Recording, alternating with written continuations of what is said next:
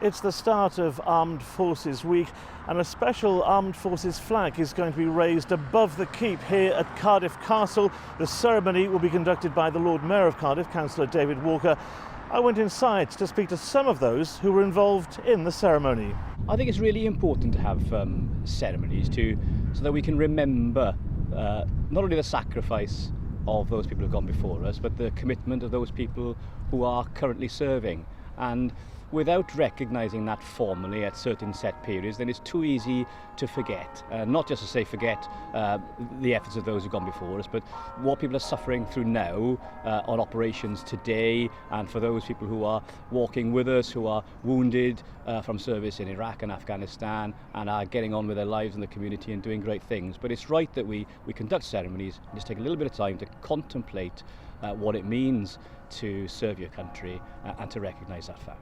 Because members of the armed services from Wales, from across the UK, they're in action all the time in all parts of the world, aren't they? Yes, they will be across the spectrum of conflict, not necessarily fighting, but in humanitarian roles. There'll be a significant number of Welshmen and women who will have deployed to West Africa to counter Ebola.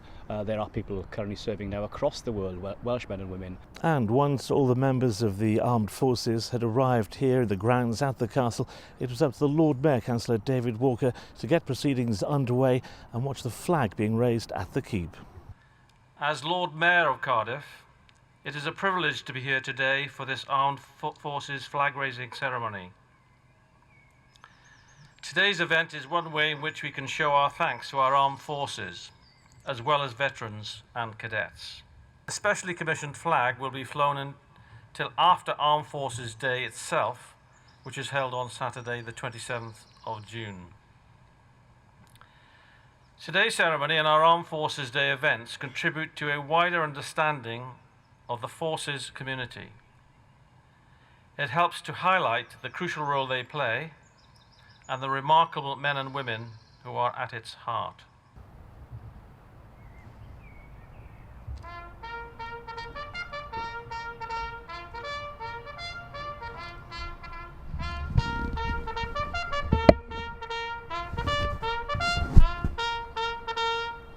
A great ceremony, a good opportunity for us to come down here and start off Armed Forces Week.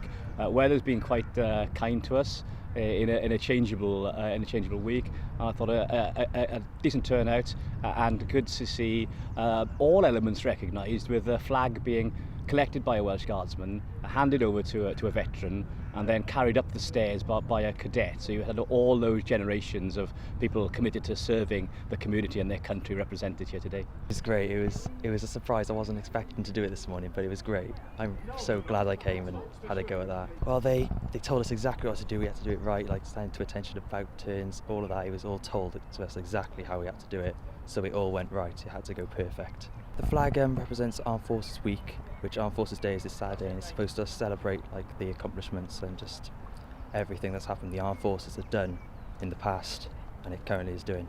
It's fantastic, and it was nice to see that the cadet actually didn't fall, which was good for him and good for his #1 shoes. But yeah, it's nice that everybody gets involved actually, and it's all ages and it is all forces and it is about everybody. It's not just about one service.